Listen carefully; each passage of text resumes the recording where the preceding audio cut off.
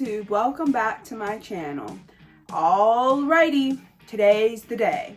So over the last few months I've been talking about all the albums that were coming out this year that I was excited for. And this album I was excited for, but also very, very skeptical. The new Fall Out Boy album came out last Friday, and I have thoughts.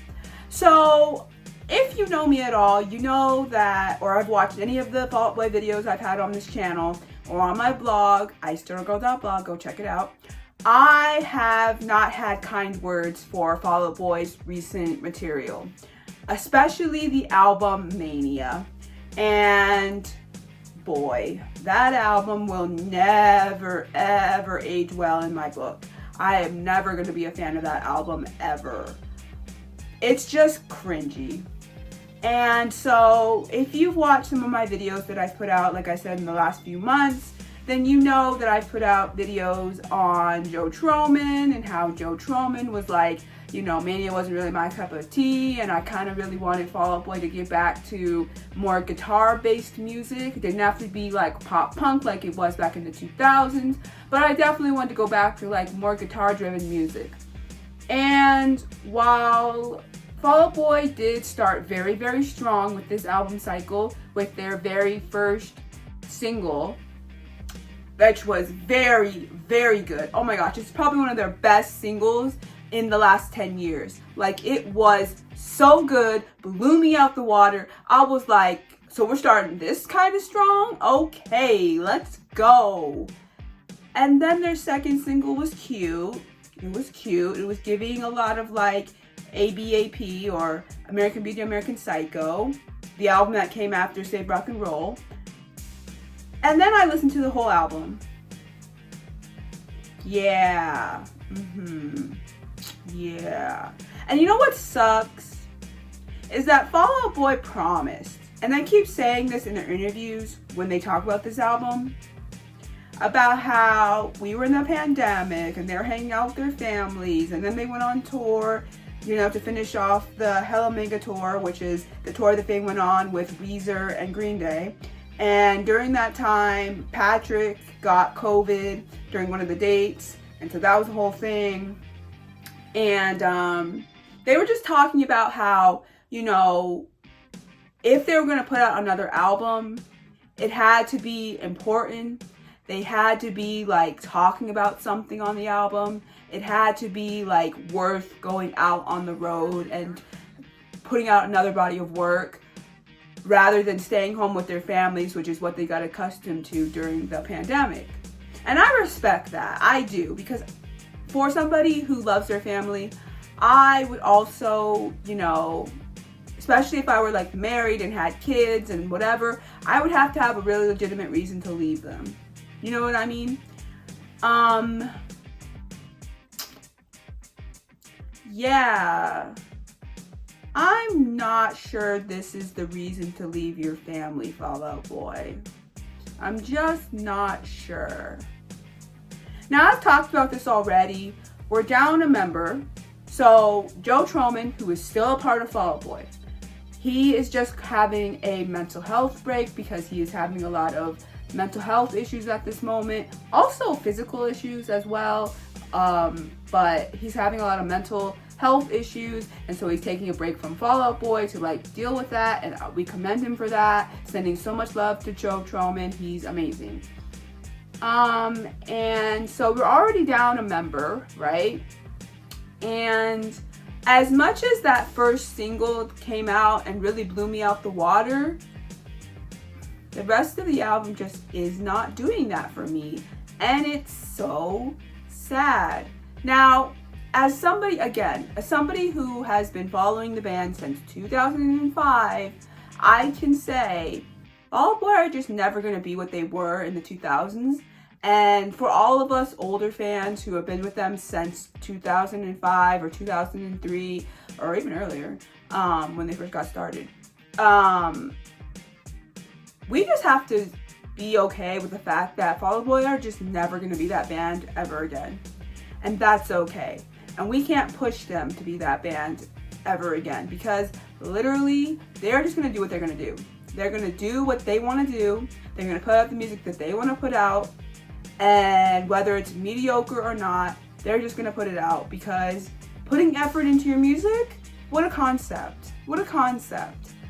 But, you know, I've had words for Fall Out Boy since before even Mania came out, and it's just been crazy. And like I've said in previous videos, you know, I fell in love with Fall Out Boy in 2005, loved From Under the Cork Tree, loved Infinity on High, my favorite Fall Out Boy album, loved Fully Ado. They went on their hiatus, we were all really sad about it. They came back for Save Rock and Roll, and we all ate it up. We ate it up.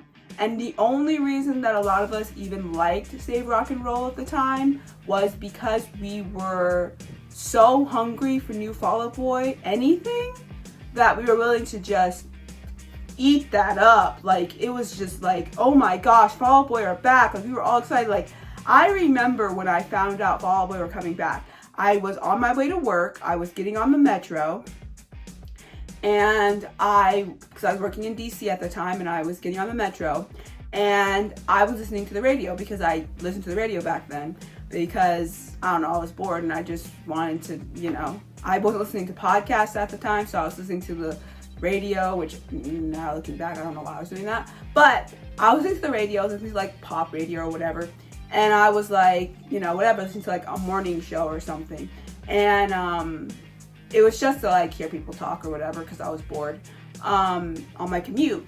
And so I was listening to the radio, and I hear Fall Out Boy are coming back, and I'm like, what? And they had been on hiatus since 2009, 2010, and it was 2013 when they made this announcement. And I was like, what is going on? And it was because Fall Out Boy had done Save Rock and Roll all in private, all in secret, without telling anyone they were getting back together, and they just dropped it. They put out that they were putting out an album, they were getting back together, and then they just dropped the album. They put out singles, of course, but then they just dropped the album. And we were all really excited. And so when they toured for that album, I was like, I have to go see Fall Out Boy live during this album cycle, because this could be their last one. We never know when Fall Out Boy is just gonna drop off the face of the planet, never make music again, and it's gonna be, that's it. And because I didn't get to see them during their heyday, during, you know, From Under the Cork Tree, Infinity on High, or Fully Ado, I missed out on a lot. So I was like, I can't miss out on seeing them during this album cycle. So I went to see them. They were wonderful. I also saw them 2 years later at this like free festival thing they had in DC for Global Citizen. They played that, so I got to see them then. And yeah, they were cool. They were cool for what it is. But yeah, Fall Out Boy are just not gonna be what we want them to be ever again. And that is okay, because that's their prerogative. That's the music they want to make. They can make that music. Do I have to like it? Absolutely not. Absolutely not.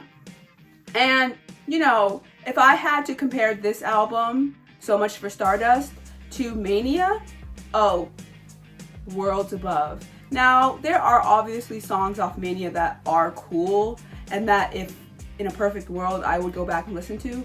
I haven't listened to any of the singles from Mania in forever, like probably since 2018. So that's telling you a lot.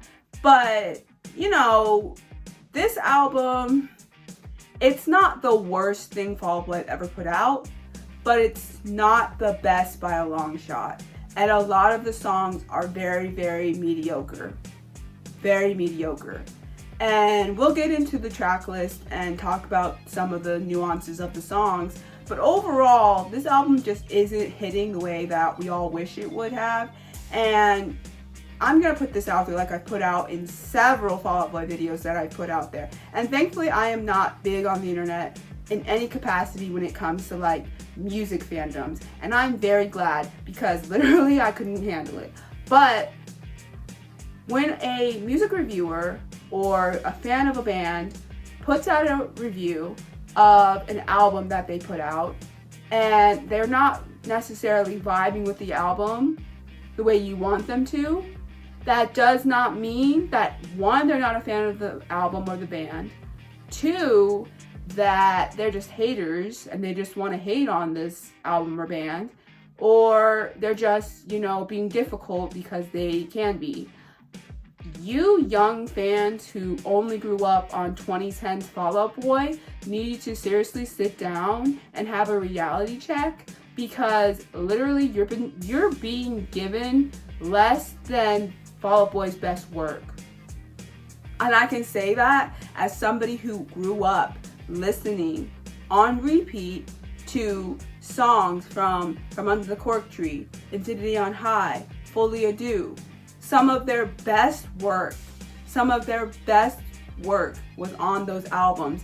Pete was on fire when it came to the lyricism on those 3 albums, okay? You couldn't tell me anything. Pete was like the premier lyricist in that genre during that time, you know what I mean? Patrick's vocals were so good. They are still amazing though. That's one thing that you can never take away from Patrick ever, is that his vocals will always be incredible, always, all the time. So that's not really like a thing, because he's always going to be amazing on anything he ever puts out. But he was on fire during that time, because it was like more of an anomaly at the time, less than it is now, but it was very much an anomaly back then when we would listen to Fall Out Boy records versus other records in the more pop punk, mainstream emo, whatever we're calling it, vibe that was going on during the time. He was an anomaly of that era because he had a soul voice and all the other pop punk or emo, whatever, vocalists didn't. And so it was an anomaly at the time. Now it's like second nature, because everybody now in the pop punk genre has a soul voice, so it's not that big of a deal, right? Because everybody tries to be like Patrick. But at the time it was a huge deal, so it was different, right? Fall Out Boy were working with people like Babyface and Jay-Z, Lil Wayne, like it was all over the place, but it worked so well, right?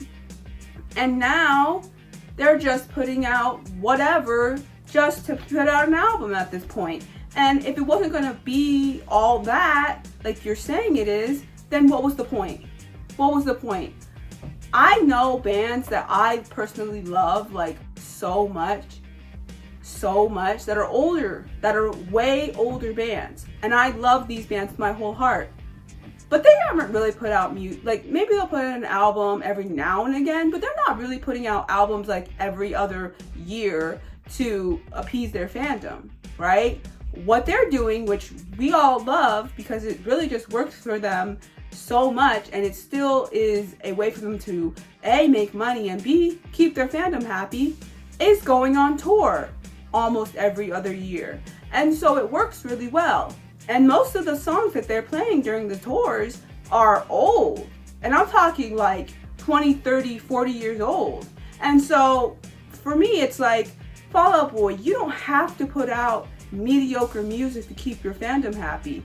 You could just tour, they'd buy your tickets, and they would listen to 10, 20-year-old songs that you've put out in the past and continue to listen to them on these tour dates. Just pick good people to go on tour with and you're set for life. So it's like things like that. So I just don't feel like this album was necessarily. They could have put out that lead single and left it at that, because that's probably, and I'm going to say this and I don't care if I get criticized for it, the lead single is probably the best song on the entire album, and I said what I said. The best song on the entire album, and I said what I said. I don't know what the rest of the album is doing. Like I said, it's not as bad as Mania, but it is not up to par. And I just think that Fall Out Boy, if you're not going to do a good job and actually use your strengths to the strengths that we know you can use them to, then what are we doing? What are we doing? What are we doing? Like, please tell me what we're doing, because I'm tired.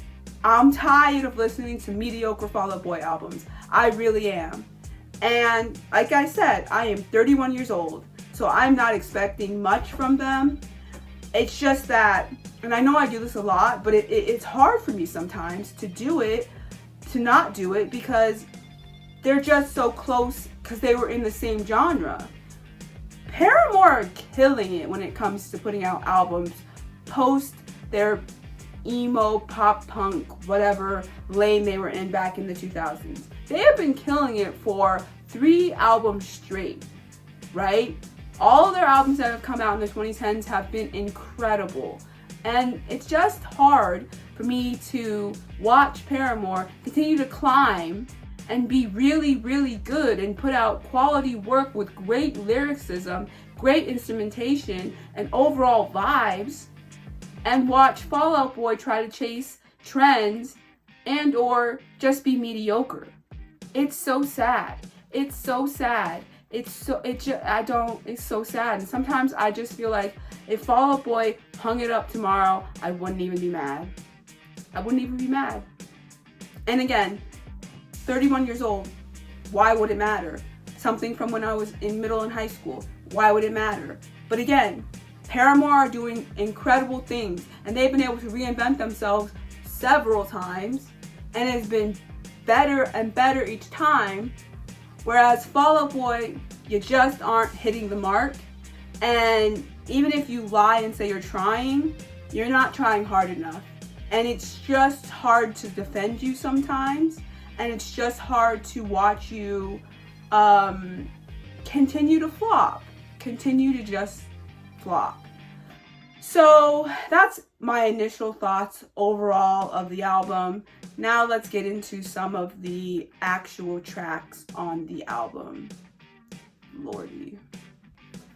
Okay, so to start off, we have Love from the Other Side, which was their lead single. And it is everything I wanted from a Fall Out Boy track in 2023. That was the best thing to come from this album, and I stand by that, okay? The way the song starts is so... It starts with the strings, and then it goes into the guitar, and then the drums pick up, and it just gets really heavy. Not heavy, but you know, Fall Out Boy heavy. And it's so good. The lyrics are incredible.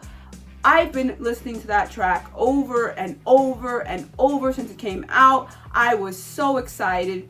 I was like, finally, the drums and the guitars are back. We can finally hear Joe. We can finally hear Andy. We can hear Pete. It's beautiful. I love it.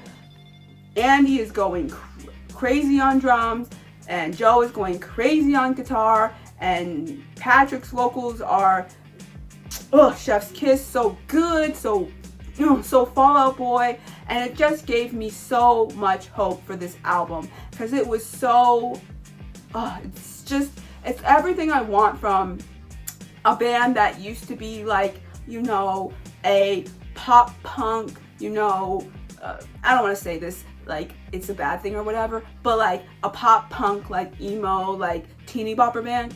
Sorry, I had to say it. It's a little bit true. It's a little bit true. We can all admit it at this point. To being, like not an arena rocker or whatever, but just like, having some punch to the music, right? And I have missed that with Fall Out Boy. And they really, really delivered on Love from the Other Side. They delivered it heavy. And, I'm going to leave, because I actually already reviewed this track. So I'm going to leave a video thingy at the top, so you guys can go and check out the review I did for this single. But man, this single was the best thing to happen from Fall Out Boy in 2023. I was so excited. I was like, this is going to be a great album. This is going to be the best Fall Out Boy era in a long time. This is going to really, really hit us where we want to be hit. It's going to really do what we want it to do. Oh my gosh, I'm so excited. And then we got the second single. So the second single is Heartbreak Feels So Good. It's cute. It's cute. I don't know what else to say about this song, but it's cute. because it's not exactly the best Fall Out Boy song I've ever heard in my life, but it's cute. It's giving very much something I could have heard on American Beauty, American Psycho, and it's very like pop and polished and very like radio rock and friendly and very cute. And the music video is, I think, the best part, because they like go and they kidnap Rivers Cuomo from Weezer, because now they're like really, really cool because we went on tour together and everything. And side note, I have never been like the hugest Weezer fan, but I've always like listened to their music because everyone listens to Weezer, like it's just a thing. I've always wondered something about Weezer because I've never fully understood, where do they stand when it comes to rock? Like, you know, Fall Out Boy used to be like pop punk or, you know, mainstream emo or whatever thing. And then you had Green Day, who were like pop punk, but like, you know, punk with pop sensibility, right? So was Weezer like alternative rock or like college rock or like where were we going with them? I think it was alternative, but I don't know, because you know alternative rock has so many different definitions at this point. But I've always wanted to know, and because you know I was like born in the 90s, so when they were really like being like huge, like I heard them obviously because my older sister would play them on the radio in the car, because she listened to a lot of like rock radio, and so you know they were everywhere in the 90s. And so I always was like curious what kind of music, what kind of like rock music they played. So I guess it's like alternative. Comment down below if you were around like a teenager or like in your 20s and like the late 90s. I want to know what they were categorized as when it comes to like rock music. Like I assume it was alternative music or like modern rock or mainstream rock. I don't know. You explain it to me. I was just curious because now they're hanging out with like Green Day and Fall Out Boy, and I always wondered what, you know, their whole thing was, because they get put into the like emo pop punk world now, even though growing up I never thought they were part of that, but like now they're being part of it, so I don't know. I'm confused. But I digress. But yeah, so Rivers Cuomo was in the video and they like kidnap him and stuff, and then they're supposed to be going to like one of their shows, and it's just like this cute little like running around LA or whatever. It's cute for what it is. It's cute. Like nothing to write home about. Very much like poppy, pop rock, radio friendly rock, like very much that.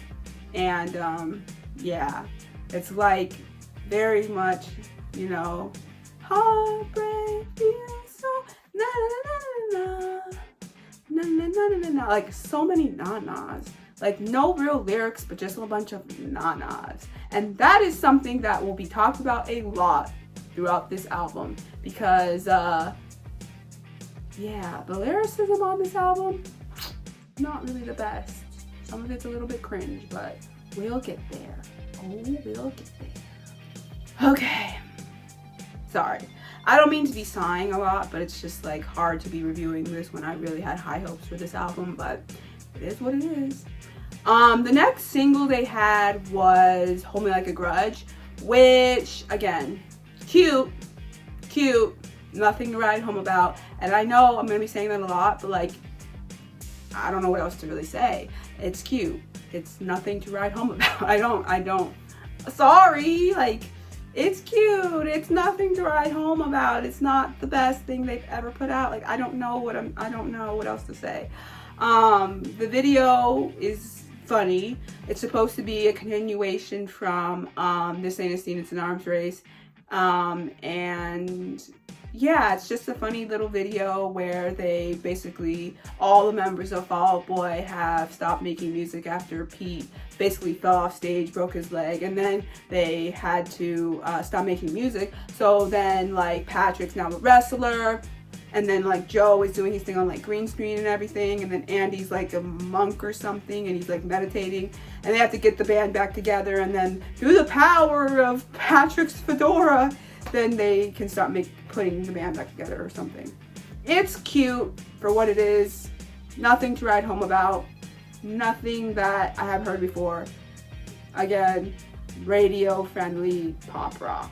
That's all I can really say. None of the lyrics stick out to me that much. The music is fine. Nothing that I need to like talk about that much because there's not much to talk about. The video was cute. It's pop rock. It's Fall Out Boy. End of story. Moving on. Now, let's actually get into some positives before we actually get into the real negatives of this album. So, my 2 songs that I really, really like, I've come back to several times and I think are really good songs on the album, are Heaven, Iowa, and I Am My Own Muse. So, I Am My Own Muse kind of picks up where the first single leaves off, and it also has sort of those strings in the beginning and has very much like a mighty touch to it, and is very much like you can hear the guitars, you can hear the drums, you can hear the bass, you can hear Patrick. It's beautiful. I love it. It's so good. Like, it's actually a really good track and I'm really proud of it, and I'm glad that it was put out. And you sort of have to listen to the songs before it, which features Ethan Hawkins, like a speech from Ethan Hawkins. Yeah, but it's really, really a good song. It's probably the second strongest song on the entire album, and I really do appreciate it and like it. And the lyrics are great. The song just feels very like that song and the lead single are the 2 songs that I thought the album was going to sound like. Now, I wasn't expecting the entire album to sound like that, but I expected there to be more than 2 songs to sound like that. Why? Because I personally believe that if Patrick and Pete are out here talking about how, well, if we're going to put out an album, it has to be full of things that we actually want to put out, because if we're going to do that, we have to have a good reason to leave our family. And I'm like, okay, why did you not put out more music that sounds like that song and the lead single, when in reality, those are the 2 strongest songs on the entire album? What is wrong with you? Like, don't say that you don't want to have music out there, just put music out because you want to stay home with your family, when literally that's what you did. I'm confused. Make it make sense, you guys. Make it make sense. Now, if we're going to talk about the millennial whoop, we have to talk about So Good For Now. Yeah, that song. Why does that song... Okay, so I was like, that song sounds so familiar when I started listening to it. And I was like, why? Why does the chorus or the, bridge or whatever sound so familiar? And I was like, this is why this song sounds familiar. You know that scene, if you're a millennial, you know this scene. The scene in Matilda, not the play, not the newest version they put out on Netflix, but the 90s version. You know the scene when Matilda finally comes to terms that she has these powers and is like, I have these powers, I'm going to use these powers and whatever. And she starts going into this like dance break, and she starts like, pointing her finger at everything, and everything like turns on and is like dancing around and moving, and she's just like having a little party, right? There's a song that plays during that time called Itty Bitty Pretty One, and it's a really good song, by the way. But the beginning of this song sounds exactly like that song. Like, it does. Like, it goes, oh, oh, oh, oh, oh, oh, oh, oh, oh. And then there's like, in the other song, Itty Bitty Pretty One, it goes, oh, oh, oh, oh, oh, oh, oh, oh, oh, oh, oh, oh, oh. Oh, oh, oh, oh, oh, oh, oh, oh, oh, oh. Like, I was like, are you seriously copying that song? And like, that's a good song. Like, I love that song. That song's great. But Fall Out Boy, really? Really? Like, we're stooping down to that level? Seriously? Seriously? Like, what are we doing? what are we actually doing? And that was definitely a song that, although I've listened to it several times to get ready for this review, it's annoying. I said it. It's an annoying song. Just because I'm listening to it so much, it has started to grow on me a little bit, but at the same time, it also gets on my nerves. And I'm just, I'm tired of it. And you know, the next few songs that I'm about to talk about are gonna get on my nerves too. And so, yeah, but like that song, I was like the blatant ripoff to Little Bitty Pretty One. Like, what in the world are we doing? Did you watch Matilda during the time that you were making that? Like, I'm confused. Like, I know Patrick during the pandemic started making like music for like Broadway or whatever. And that's dope. Love that for Patrick. But this is not Broadway. This is Fall Out Boy. Make it make sense, my guy. Make it make sense. Okay? I love you, Patrick. Come on now. And if that was a Pete line, then I'm Pete, what are you doing, Pete? What are you doing? And Pete, Daddy Pete, you know I've had issues with you for a hot minute. I will always have love for you because I will. Because 14-year-old me lives inside of me somewhere. And you will always be there for 14-year-old me. But 23-year-old me, 31-year-old me, absolutely not. I'm willing to criticize. Because, sir, first of all, please dye your hair back to brown. Because I cannot stand the blonde, long hair on Pete does not look good. And I need him to go back to his brown hair. Because, sir, although if you kept the blonde, I'm just gonna need you to dye your hair. Because you had pictures that came out, which you had like rose gold, like pink hair, and it was so beautiful. And I was like, why can't he just have that full time? Why do you have to have blonde hair, sir? You don't have blonde hair, sir. You are half black, sir. Go back to your roots, sir. Please stop playing my life, sir. And also, write better lyrics and stop playing my life. Seriously? Seriously, sir? I love you. But get it together. But get it together, please. Okay, another song that I don't hate, but isn't my favorite, but I don't hate it, is So Much for Stardust, the title track. I think it's a decent song. I'm not gonna say that in 10 years I'll probably be listening to it heavy, but for now it's not a bad song, and I think it has potential, and yeah, I think it's not terrible. So good job. Okay, to start off with, we have Fake Out, which I like the instrumentation of Fake Out.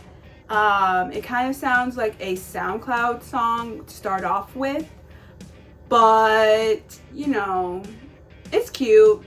It's cute. It's not the worst song. It's not the best song. It's just there. It's just there. Then you have Flu Game, which you can hear a lot of the drums and guitars, and it's okay. It's okay. It's not as good as some of the other guitar-driven and drum-driven songs on this album, but it'll do. It'll do. Then you have the Peacher Poem, is what I'm calling it. Mostly because I can't pronounce some of the words in this song title. So we're just gonna call it the Peter Poem. The Daddy Pete Poem. He's had better lyrics. I'm so sorry. But he has. It's a good poem. Let me not even go there. Pete, you are saying something. Let's be real. I think it has good emotion in it, but again, I've heard better lyricism and things from Peter Wentz. And so, yeah, no. Okay, it's cute. Okay, oh great. Then you have Kazuki, the Kazuki Kid. I hope I pronounced that right. I don't know. I don't like the lyrics. I don't. It really does give me cringe. I don't like it. I don't like it at all. Specifically the line where it goes, something, something. I must be a hard pill to swallow. Like that part. Oh, I don't like it. I don't like it. I don't like it. Like they could have come up with better lyrics. That just feels so cringy. I don't understand why they did that. They did that a lot on Mania, and I didn't like it then, and I don't like it now. It's very cringy, and it's very, I don't know, it just doesn't give off what I think they think it's supposed to give off. It's not giving off that at all. And then they have What a Time to Be Alive, which feels very like shiny, very like poppy. I know I said that about all the songs on this album, but it's kind of true. And it sounds like a pandemic song because they're talking a lot about like pre the pandemic and like all the things we've gone through during the pandemic, which, by the way, the pandemic is still going on. Don't anybody ever tell you it's not. But that version of staying in the house pandemic and still being on lockdown pandemic, that's basically over. And so unless we go on another, pandemic type thing, yeah, this song kind of feels like it's a little too late for that because like no one's really talking about that anymore. And if you are going to talk about the pandemic and whatever, again, not to bring up Paramore again, but I can't help it. They're just doing it much better than Fall Out Boy. Paramore also talked about the pandemic in this newest album, and they did it really well because they didn't talk about it from a we're still in the pandemic type of way, we're still on lockdown type of way. They did it from a we were once on lockdown, now we're out in the open, because I mean it's a reality. Even though the pandemic is still happening, we're not on lockdown anymore. People are still out in the world. Like people are out in the world doing what they do. And so they're pretty much talking about it from more of a we were once on lockdown, but now we're out in the world. What are we gonna do now? And I like that much better than them talking about being in the pandemic, like on lockdown still, because it's kind of outdated. And in about 5 years, it's going to be extremely outdated. You know what I mean? So, yeah, that is basically my review of this album. So much for Stardust. Like I said in the beginning, not my favorite Fall Out Boy album. If I had to rate all 8 Fall Out Boy records, this would probably be like one step below Mania, which is saying so much, and I don't like that. It would be on Infinity on High, it would be From Under the Cork Tree, it would be Take This to Your Grave, it would be Fully Adieu, it would be American Beauty, American Psycho, Save Rock and Roll, this album, and then Mania. And I stand by that. So yeah, but Fall Out Boy, do better, please. Just do better. And if you're not gonna do better, just become a touring band. Because at this point, you're gonna make all your money from touring anyways. So just become a touring band. You don't need to make new music. We'll all go support you during your tours anyways. Just become a touring band. Tour off of the albums you already put out and leave it at that. Because at this point, I just don't see where else you're gonna go with this band. I don't see it. So I'm sorry, Fall Out Boy. I will always love you. I will always be proud of the contributions to music that you brought me in the early 2000s, me in the mid 2000s, because you were my gateway to a lot of other bands that I got into prominently and heavily in the mid 2000s to late 2000s and even 2010s. And if it wasn't for you, I wouldn't have gotten into that type of music. And I'm just really proud to have called you at one time one of my favorite bands. I'm not saying you're not at this point, but from the efforts you've been putting out lately, I cannot with anything put you near a top spot on anything. So Unfortunately, if I were to put you on a favorites list, it would be very low at this point. Or if I did put you on there at a higher rate, it would be nostalgic based, and that's not fair. So, yeah, it's sad, but you know, I'll always have those memories from when I was a teenager listening to your music, and I will always have that music. And I just have to be okay with the fact that you're never going to be the band that you once were. And I need to just hang it up. Just hang it up. I just need to hang it up. So, yeah. This has been my review of So Much for Stardust by Fall Out Boy. If I had to rate this, honestly, I would probably give this album a C. Like a C. Like I said, it has some cute moments on there. It has some great moments on there within 2 tracks. And it has some less than stellar, not so great album cuts.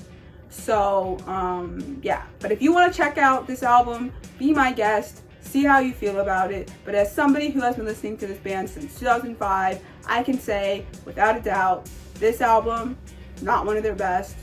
And they need to go back to the drawing board and or become a touring band. And or, worst come to worst, which I've been saying since before Mania came out, hang it up, flat screen. Because literally, if you went away tomorrow, and I hate saying this, I don't think I would mind that much. So,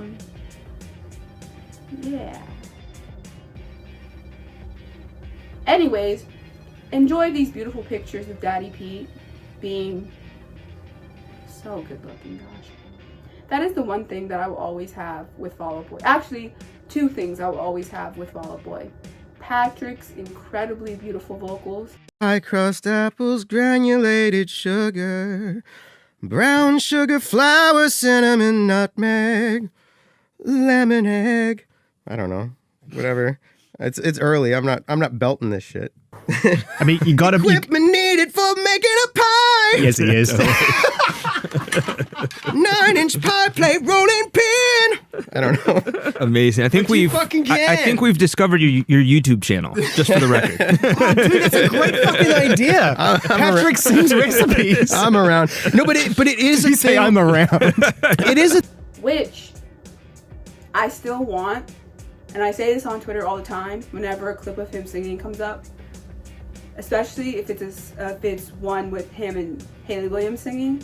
I always say this, but I want an album filled with just Patrick and Hayley going back and forth singing songs together, duetting.